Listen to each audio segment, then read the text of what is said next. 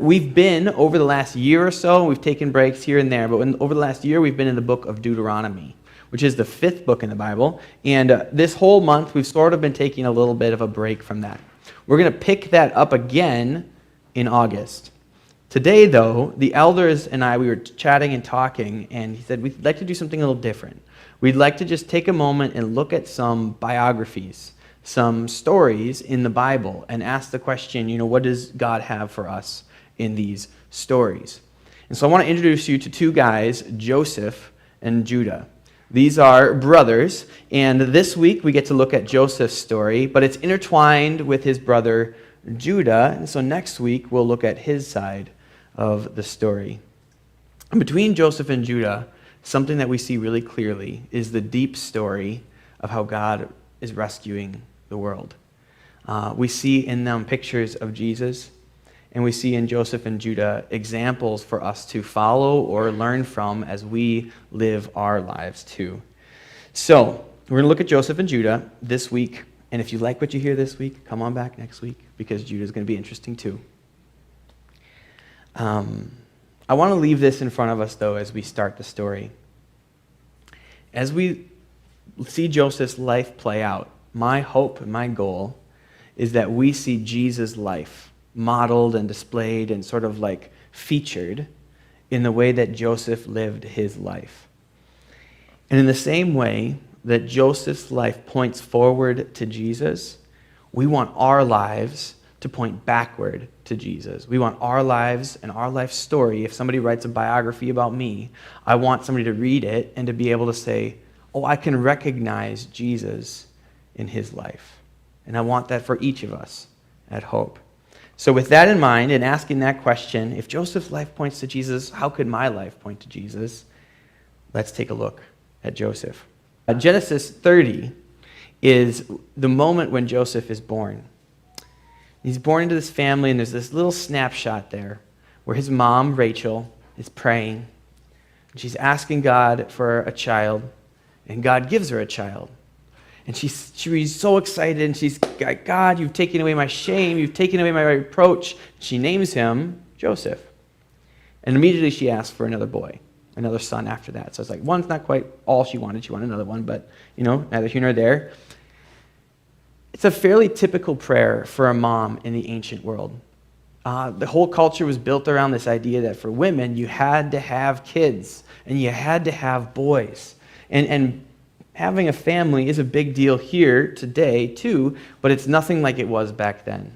So when she says, you've taken away my shame, you've taken away my reproach, she's really serious. She had all this cultural shame built up around her because she didn't have any kids. But the story isn't just a typical prayer or a typical moment for a mom. If you step out and look at her whole story, the context around Joseph being born, you actually see loads and loads of dysfunction. This is a really, really dysfunctional family. Rachel's husband, Jacob, absolutely adores her, loves her, and also married her sister. That's weird. That's just very strange. And you can imagine that a marriage relationship where two sisters are married to this guy is going to have some tension. And it's going to have some drama. And it does. They start looking to their children, the kids that they can have, as ways of fighting over Jacob's love, their husband's love. And remember, the context is your value as a lady comes from the kids you have, and so they're like trying to get his attention with the kids that they're having for him. And Rachel has fallen way, way, way behind. Her sister has had kid after kid after kid, boy after boy after boy. And she feels insecure in the relationship. Now, meanwhile, nothing has shaken Jacob's love for Rachel. He absolutely still has her as his favorite, which is doing nothing good for her sister.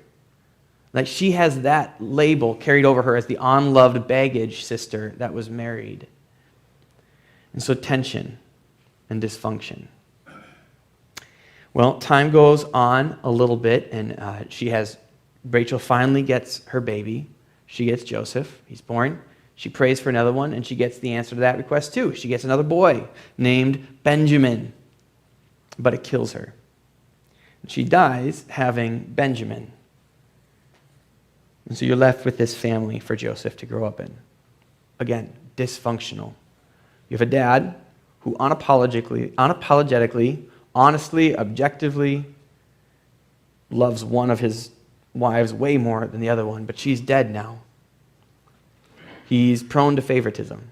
You've got a stepmom who's now the matriarch of the family, and she's got a bunch of her own boys, but a bunch of boys also who don't belong to her, and she's in the mix, knowing that she was never loved as much as her sister. And then you've got 12 boys in the midst of all this. You got Joseph, his one full brother, Benjamin, who's younger than him, and you got a sister. And that brings us, if we fast forward to Joseph's story where it picks up, he's a teenager now, and the favoritism of Jacob, the love that he had for Rachel, the passion that he had for this one part of his family at the expense of the rest of it, has now been funneled onto her firstborn son, Joseph. He loves Joseph, the firstborn of his favorite Rachel. And Joseph has real, young brother gone wrong energy. He's spoiled, he's doted on by his dad, he's blessed this way and that way at the expense of all of his other brothers. And he has these dreams of God-like grandeur where his whole family is bowing down in front of him. And what do you do if you have a dream like that? Well, Joseph's like, I'm just going to tell my brothers about it. I'm just going to tell them about this dream where everybody was bowing down to me. I'm just going to tell my parents about how they were bowing down to me. And Jacob, his dad, is like, well, that seems weird, but also you're my favorite, so whatever. Can you imagine this? So I have two younger brothers, Amos and Sam. Amos is the youngest, and if you can travel back in time with me, we're teenagers. We're going downstairs, eating our Frosted Flakes, and then Amos comes down groggily. And he's like, guys, I had this weird dream. But it was kind of awesome. We all entered our Legos into this competition. And I had my design, and you had your design, Peter, and Sam, you had your design, and there's all these other ones there, but mine won.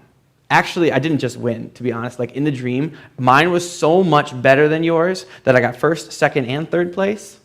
It was insane. And Peter, afterwards, you were so impressed with what happened with my Lego design that you came to me and were like, I'm going to give you all of my savings as a teenager. Will you teach me how to build Legos the way that you build Legos? And of course, I'm a pretty decent brother, so I did. I taught you how to do this for the whole next year. We came around next year, competition again. Guess what happened?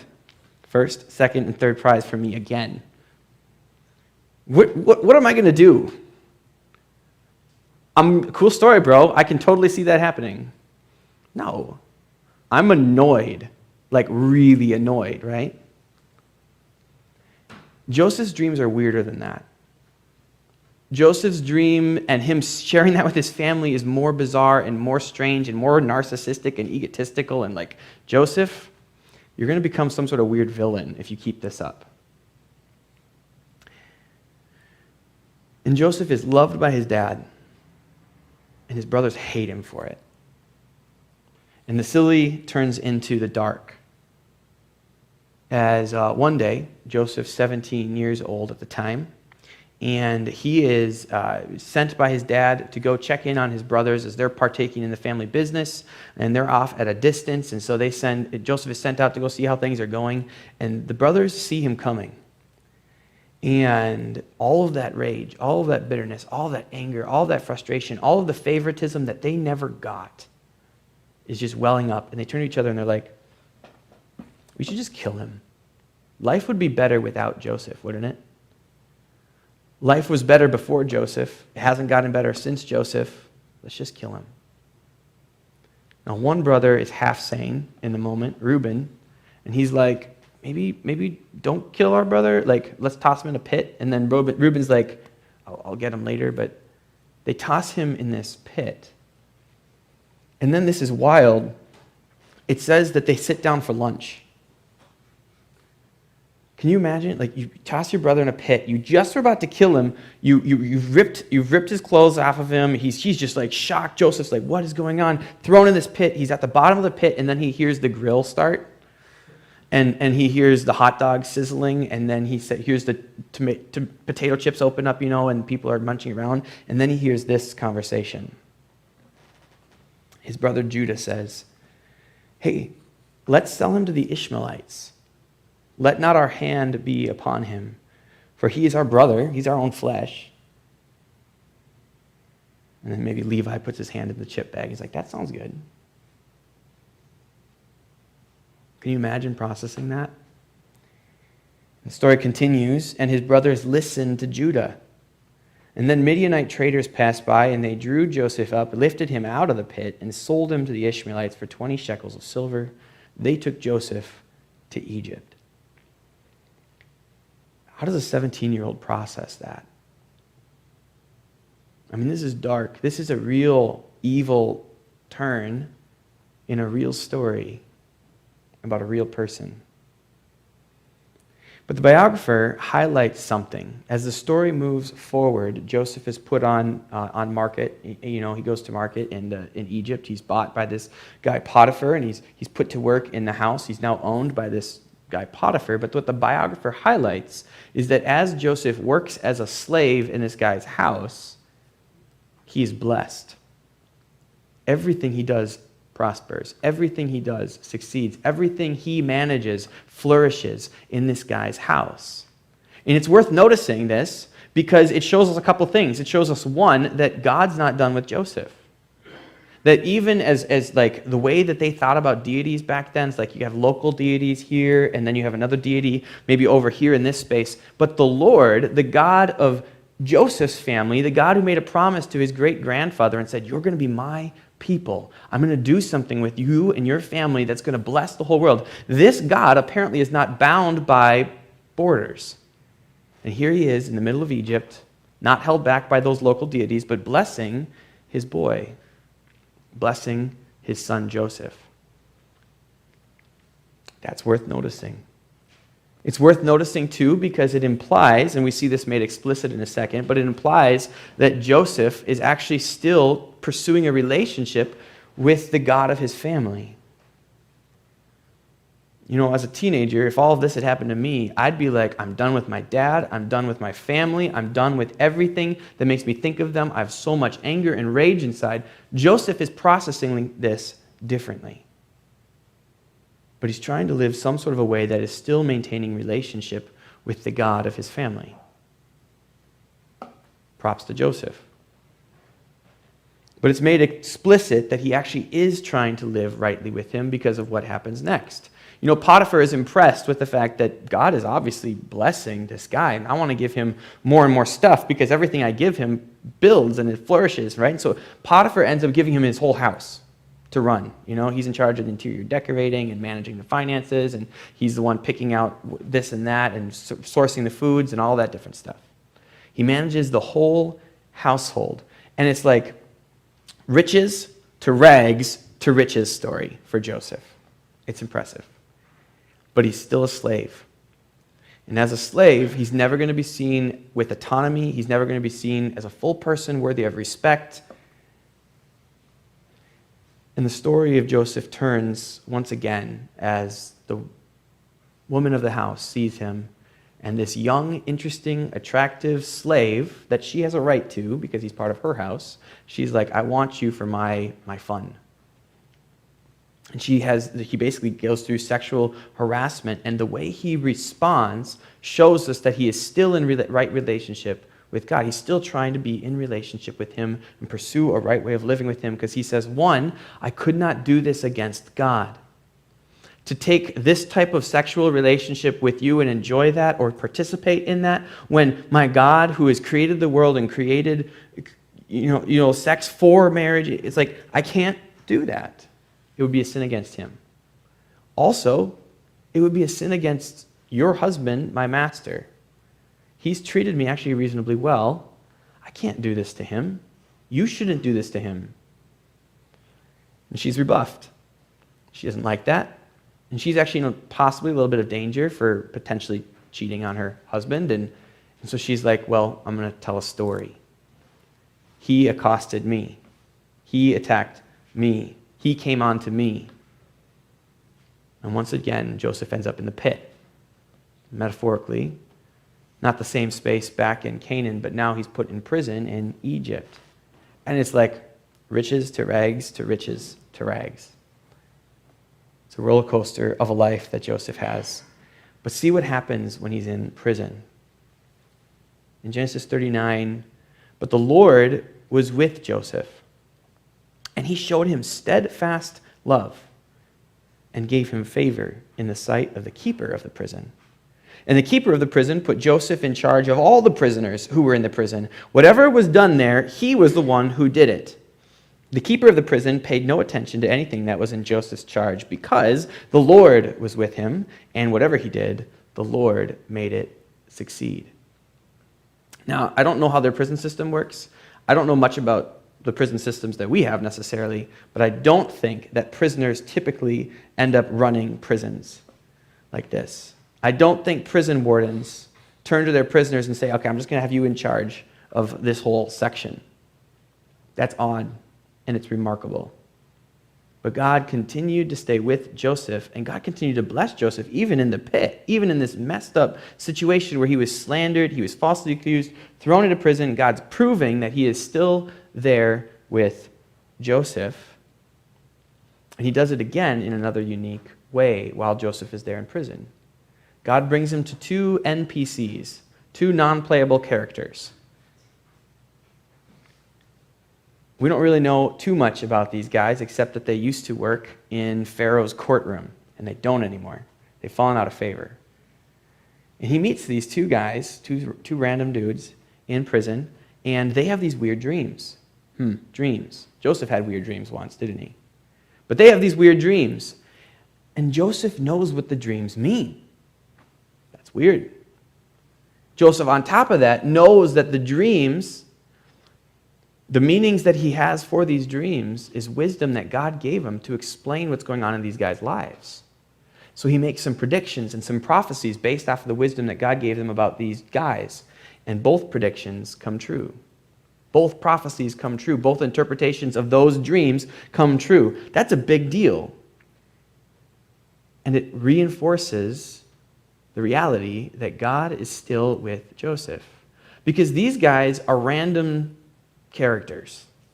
They are Egyptians that come and go in the story. We don't really see them again in the big story of the Bible. But God knew their future. God had a plan for their future. God had sovereign, kingly control over their lives. They're just NPCs. They're just extras in the set. And if he knows their story, how much more does he know Joseph's story? How much more does he know what is happening, and how much more is he in control of what is happening in Joseph's life, who is part of God's people, who has a promise that was given to his family a few generations back that God is going to use their family to bring blessing to the world, to bring healing to the world, to give them a land to live in forever. If God knows their stories, God knows Joseph's stories. If God's in control of their lives, God's in control of Joseph's life. And God is still with Joseph. Fast forward a couple more years. Joseph, by now, I believe, is, he was 17 when this all kicked off. He's about 30 now. And somebody else has a dream. But this time, it's not some random character. It's the king. The king who thinks he's a god. The Pharaoh of ancient Egypt. And one night he has these dreams that unsettle him. He wants to know what they mean, but he can't figure it out. And through a remarkable turn of events that's all interconnected, Joseph is brought into the king's court from prison. So let's see. Riches to rags, to riches to rags, to riches. And in the courtroom of the king, Joseph hears the dreams, and he's able to say, God is talking to you, king. God is trying to warn you and give you a weather forecast for the next 14 years. For the next 7 years, Egypt is going to do extremely well. The weather is going to be ideal and optimal for your agricultural economy, and it's going to be amazing and great. But following those 7 years, you're going to have another 7 years of famine, like intense drought. So then Joseph does something. He steps out of the interpretation of the dream, out of the wisdom of like, here's what that dream means, and he says, here's what I would do. Here's what I think you should do. Here's what God's wisdom would look like in this situation. I think you need to save. I think you need to steward the 7 years really well. I think what you need to do is store up during those years and put it aside over here, and then you'll have enough for the years of famine down the road. But that's me. And the king is so impressed that he's like, guys, cut some designer clothes, clothe this guy. I'm going to give him my signet ring so he has my authority and my control here. I'm going to have him ride around with me in the chariot, and people who bow down to the God King Pharaoh are going to now bow down to him too. Remember that crazy dream Joseph had where he thought he was a god? People bowed down to him. All of a sudden, it's coming into focus. And we have this. Everything's looking up for Joseph, and we get this moment. He's taken out of prison. He's in charge of a whole bunch of stuff in Egypt. He's like he's the manager of the whole country. And it says this in Genesis 41. Before the year of famine came, there were 2 sons born to Joseph. Asenath, this is his wife, the daughter of Potiphar, priest of On, bore them to him. Joseph called the name of the firstborn Manasseh, for he said, God has made me forget all my hardship in all my father's house. The name of the second he called Ephraim, for God has made me fruitful in the land of my affliction. Famine's about to come in. Joseph has been brought to prominence in Egypt, and the thing that he lost all those years ago has been given back to him. He has a family. He has a wife. He has 2 sons. It seems like everything has shifted and changed for Joseph. In fact, we could read this and say, what a payoff. He went through terrible stuff to get here, but he maintained integrity. He followed God. God had a purpose in it, and here he is blessing Joseph. And it's all worth it in the end, isn't it? But I'm pulling from as I was studying this week, from an interpreter, a pastor, and another educator named Vadi Bakum, and he says there's something wrong with that reading. Because if you pay attention, Joseph says some strange things here as he names his sons. First of all, he calls them Manasseh and Ephraim. And these names are not Egyptian names. These names are Hebrew names. Okay, so he's staying true to his roots. Sure, fine. But think about what Manasseh means. Doesn't it mean forgetting my father's house? Doesn't it mean forgetting the pain? First reading seems like he's cutting ties with the past. Like, I've been blessed in Egypt, not by my father's family. Like, not back there. I'm forgetting that pain, and I'm here now. I'm fruitful here in Egypt, not back home. Well, then why are you naming your kids with Hebrew names? Why not name them Egyptian names and say, this is my new home, this is my new family, this is the place where God's blessing me? I think the better reading of this is that I'm forgetting and letting go of the bitterness and the anger and the pain that's built up, the trauma that's built up, all this angst that's built up and coloring the way I see my father and his household and the pain of the past. And I'm willing to let that go because now I see that God has not forgotten me. Now I see that God has not wasted this. Now I see that God has made me fruitful even here in the land of my affliction. That's also odd. Where would you say that Joseph was most afflicted? Where was the deepest pain that he experienced in his story? I don't think it's Egypt. I think Egypt is a land of affliction. But if I were to say the land, the primary place where he was hurt, was when his brother said, why don't we make some change off of selling him into slavery? That's a deeper wound than being mistreated as a slave. What would you expect of a slave master? Egypt's the land of affliction, but I would not have good memories looking back at Canaan if I were Joseph. I would have worse memories there, more affliction there. And yet, Joseph has constructed this in his mind with an ache to be restored back to Canaan. Egypt is not the land of his fruitfulness. Egypt is the land of his affliction, even now. There's something more going on. There's something more in Joseph's story. There's something more than just payoff in Egypt for Joseph. So the story continues. The famine comes around, just as God promised it would, and it's bad. It's so bad that it extends outside of the borders of Egypt and starts to spread into that land of Canaan where his family lives. And so the focus pops off of Joseph for a second, and it goes over to his dad, Jacob, and his brothers. And back over there, they're processing what are they going to do, and there's some rumors floating in from the south saying, hey, Egypt actually has resources still. So they saved up a bunch of stuff apparently. They've got storehouses. Maybe if we go down there, we can purchase some. And so Jacob sends the other boys, the other sons, at this point they're men, but he sends them down to Egypt to go purchase the grains. And you can feel the dramatic climax, right? Like, they're going to come to Joseph and buy grain from the brother that they sent into slavery. This is a big dramatic reveal. It's a big dramatic moment. And as it comes in, Joseph is there presiding over the sale, and then his brothers step up to the table or whatever it is, and they start asking if they can buy the grain, and he's like, that's my brothers. That's Judah. That's Reuben. And he's taken aback, and then he leans in, and he's like, do they know who I am? They don't know who he is. I mean, why would they remember him in this context? But he recognizes them. So what would he do? What does he do? He's like, these are all of the one-liners that I've been saving up, right? I'm going to lay them out. All of the bitterness, all the anger. This is the opportunity. No sale. Go die with your dad. No. He's like, I'm not going to tell him who I am yet. And he puts them through a long series of tests. Because I think what he wants to know is, have you changed?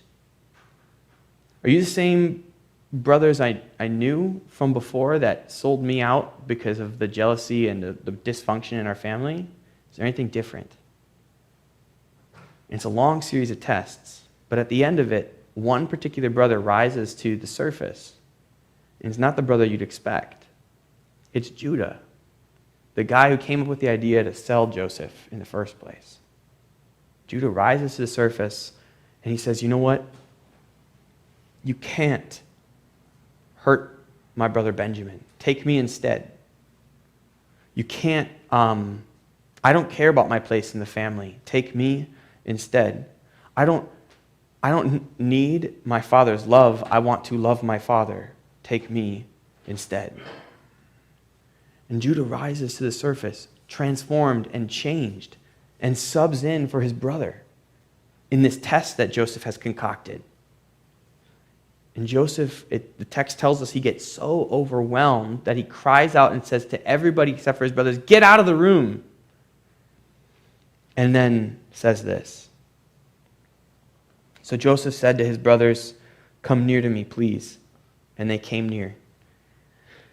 And he said, I'm your brother Joseph, whom you sold into Egypt. And now don't be distressed or angry with yourselves because you sold me here. For God sent me before you to preserve life. For the famine has been in the land for these 2 years, and there's still 5 years in which there's going to be neither plowing nor harvest. And God sent me before you to preserve for you a remnant on earth, and to keep alive for you many survivors. So it is not you who sent me here, but God. He has made me a father to Pharaoh and Lord over all his house, ruler over all the land of Egypt. What a remarkable thing to say. As a giant summary, he's forgiving them.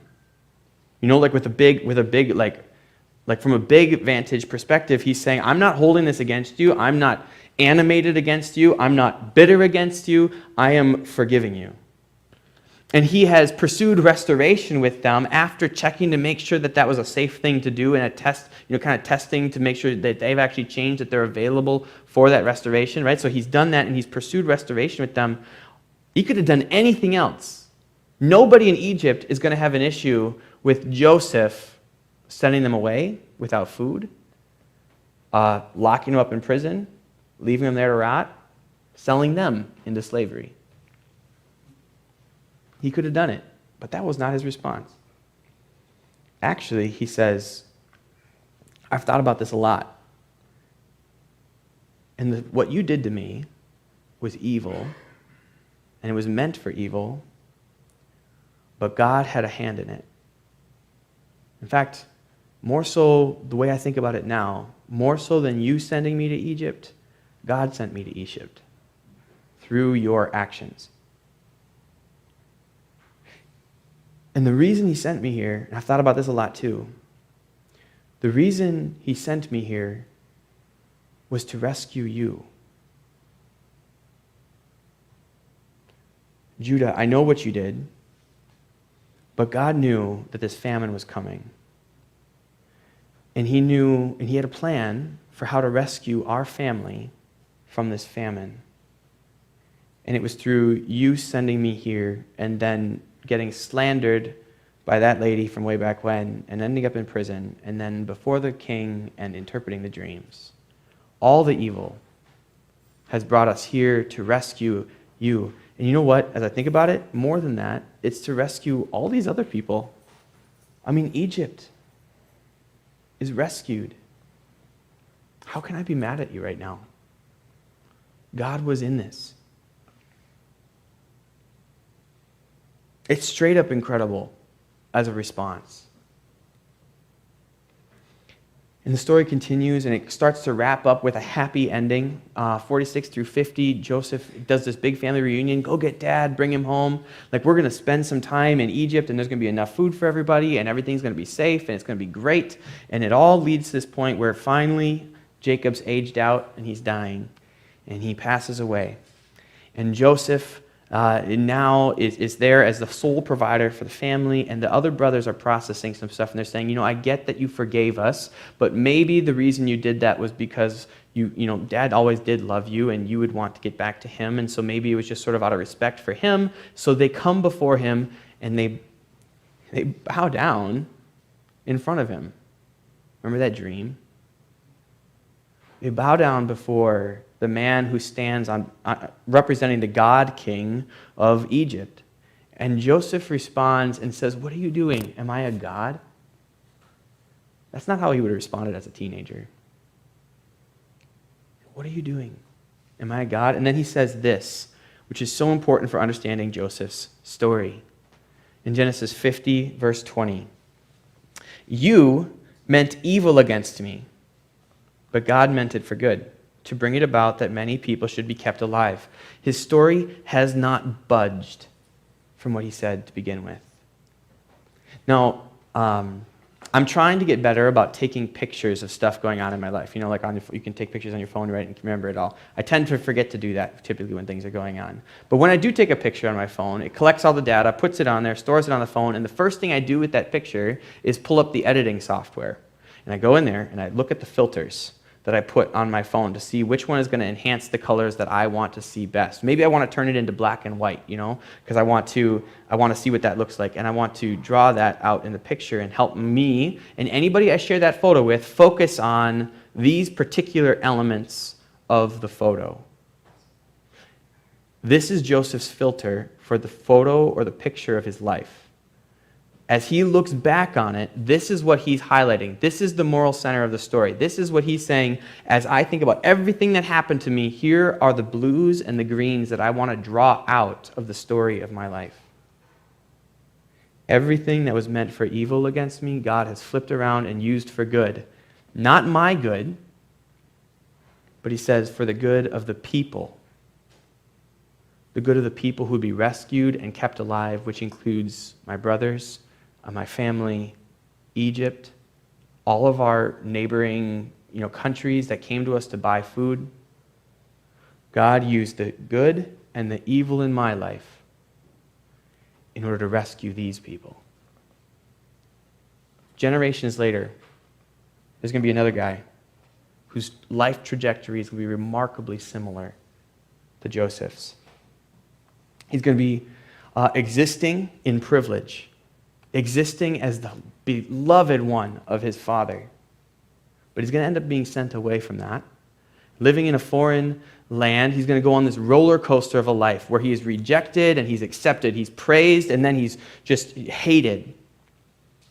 But in everything that happens, you're going to see God's hand on his life over and over and over again, doing things that are impossible to explain outside of God's presence and favor on this man. And his whole life is going to lead to this moment where he's betrayed by one of his best friends, who was named after Joseph's brother Judas. Or Judah. Judas. It's the same name. Betrayed there not to go into slavery, but betrayed there to go be taken by a mob, put on trial, slandered, false accusations leveled against him, and then executed. And Jesus dies outside of Jerusalem. Joseph, slandered.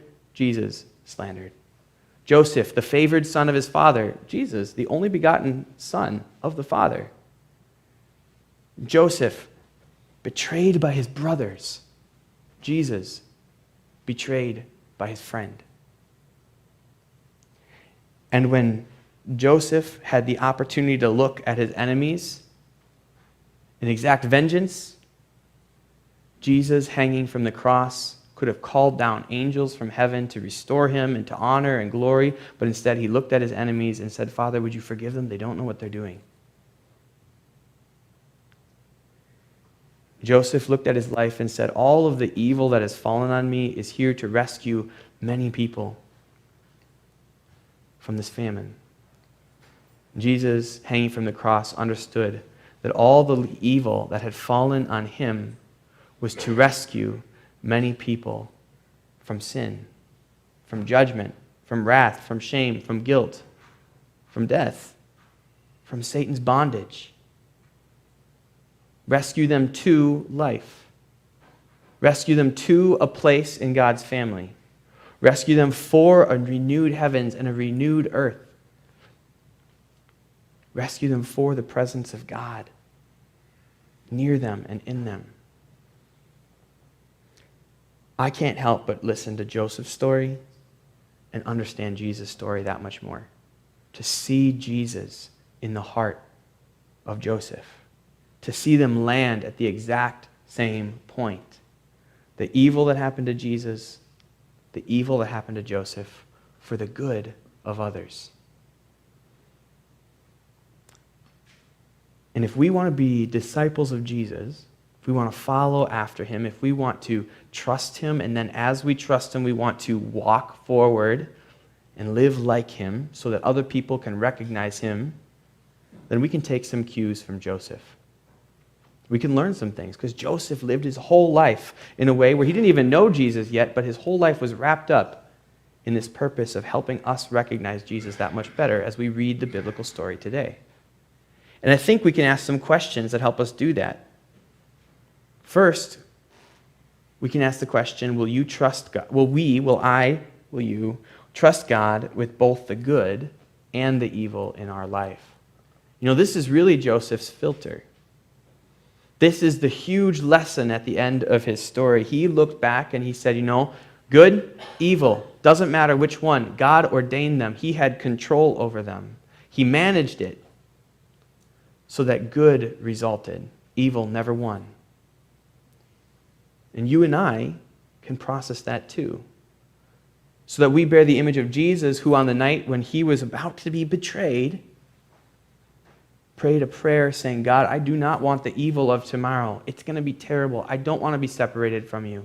I don't want death. I don't want to be beaten. I don't want to be betrayed. I don't want to be put on trial and slandered. But I am willing to trust you and put your will ahead of my own, and I will go through the evil and I will receive the evil because I believe that you are a good God and you will not let evil win. If we want to model that, then we need to learn from Joseph and receive that filter for the way we process the evil and the good in our lives. I was thinking about this, and I was like, my knee-jerk reaction to this is to process it through a transaction. Something along the lines of, God, I will give you 1 year of evil if you give me 3 years of good on the other end. God, okay, maybe a year's a little bit long, but say what if we do like a 1-2 thing? Like I'll do a bad day, then you give me a good day, bad day. And you'll grow me and make me better through all of this. And so, okay, I'll go through the bad as long as you promise me I get some good out of it on the other end. Joseph never makes that transaction. Joseph never makes that bargain. In fact, the good on the other end of his life, he doesn't even say was for him. Was Egypt good? Was he blessed? Yeah. But it was always a consolation prize compared to the good that his family received of being preserved and the covenant line that God had promised being preserved. He doesn't make that transaction. The other transaction that sometimes I might make would be like, hey, God, my life has been really hard recently, and people keep treating me this way, and I keep hitting this roadblock. I think I know why. It's because of this sin, isn't it? It's because of this failing, isn't it? It's because I haven't been faithful enough, isn't it? I'm so sorry. And it's right of you to give me this judgment. It's right of you to give me this evil because I've earned it. But I also know that you're a good God, and so I will apologize, and I will say I'm sorry, and I will do my darndest to never do it again. And I will live for you in the opposite direction, and then I know because you are a good God who loves to give good gifts that my life will be better. My life will be more blessed. My life will be filled with good things and easy things and comfortable things. And that's a transaction that Joseph never makes. Joseph was not being punished at the beginning of the story. As much as he was a narcissistic little brat, God was not saying narcissistic little brats need to be sold into slavery. That was not the story. Instead of making that connection, Joseph comes to the end of his story and says, no. God was in control of this, and he was working a good that was bigger than me, and I'm willing to let my life be used by God like that. So how will you trust God with both good and evil in your life? Okay, or how about this question? Once we have that filter on, we can start asking other things like how are you going to respond? How do we respond when people betray us? I'm not a superhero, so I don't have supervillain nemesis, but doesn't mean that people don't let me down and don't betray me or don't get angry with me and antagonistic towards me. We have people like that in our lives. Maybe I'm somebody like that for somebody else. Not that I want to be. But how are we going to handle betrayal? Joseph, because he had this processing in the back of his mind, was able to come to his brothers at the end of the story and say, I am ready to forgive you. I'm not harboring bitterness. I don't have this script that I've been playing out for how this is going to go, and then at the end I'm going to, just beat you down. He hasn't turned his brothers into monsters who are defined by this failure on their part. They're his brothers, and he forgives them. And he's ready to pursue restoration with them once he sees that they've actually changed and that there's signs of growth. It's worth distinguishing those two things. Restoration and forgiveness are not identical. We can forgive people and not have a restored relationship. But what we can't do is forgive people, and when they change and pursue real, true restoration, respond to them and say, no, you are nothing more than that past failure. And as much as you may say you've changed today, my heart is closed off, we are done. Jesus, while we were hostile to him, Jesus pursued love for us. While we were hostile to him, Jesus was sent to draw us to God. Jesus pursues forgiveness. He calls us to now model that, live that out over and over again with the people around us. So how do you respond when people betray you? We could ask, I've only got 2 more of these, but we could ask, how do you define the good life? Joseph could have wrapped up his story at Genesis 41, new family, his career had taken off, didn't have much more of a ceiling to go to except for maybe one day get that God-king status, who knows? Everything had succeeded. He had everything he wanted in Egypt. I could have ever dreamed of. As a teenager, he was living the ideal. His sons were born to him there. But that wasn't where his heart was. His heart was back in Canaan with his family. His heart was back in the promises of God that had been given to his great-grandfather, and he knew we're a part of that story. And he said, Egypt is where I'm at. I'm going to steward that well. I'm going to lean hard into it. I'm going to flourish. I'm going to manage what God has given me to the very best of my ability. And my orientation towards all of Egypt is going to be, how can I love, serve you well? But it's still not where my heart is. My heart longs for the promises of God's family. Jesus warned. He said, you're going to be living in this world, and there's going to be this temptation to really get into kitchen countertops. And to have your heart set on the kitchen remodel and the new car and the techie stuff that you can add, to your repertoire, the new movies that are coming out, 401ks and the cabins. But be careful about building up your treasure here. You want to build your treasure up in eternity, where those things don't fade away and break down. Are you here right now? Yes. Like Joseph, flourish in Egypt. Pursue the good of the people around you. Become a blessing to the people around you. Manage it well. Steward it well. It's wisdom. But may your heart reside with Jesus in eternity. May your life, and here's our final question, be used as a rescue mission for the people around you, so that their hearts can reside in eternity too. A few weeks ago, we had a guest speaker come in, Rick Wallace, and he said, God has a family business. His family business is rescuing lost people. And he invites all of us into the family business. At the beginning of the story, Jacob had a family business. And he sent his sons out into the field, and they were working the family business. And in the midst of that, God had that same family business of rescuing lost people. And so he sent his son Joseph out into the field too. But he didn't send him just to the field. He sent him beyond the field into Egypt. And his whole life got reoriented and changed and caught up in this great rescue mission of Egypt from the famine and of his people from the famine. Jesus was sent to the earth not to condemn the world, but that through him the world would be saved. He saved me, and he saved us. It's his business. It's what he loves. It's his passion. It's what he cares about. And he turns to us and he says, there's a field that I'm sending you out into. Join me in the family business. The pain in your life, the evil in your life, the opportunities in your life. Who are they for?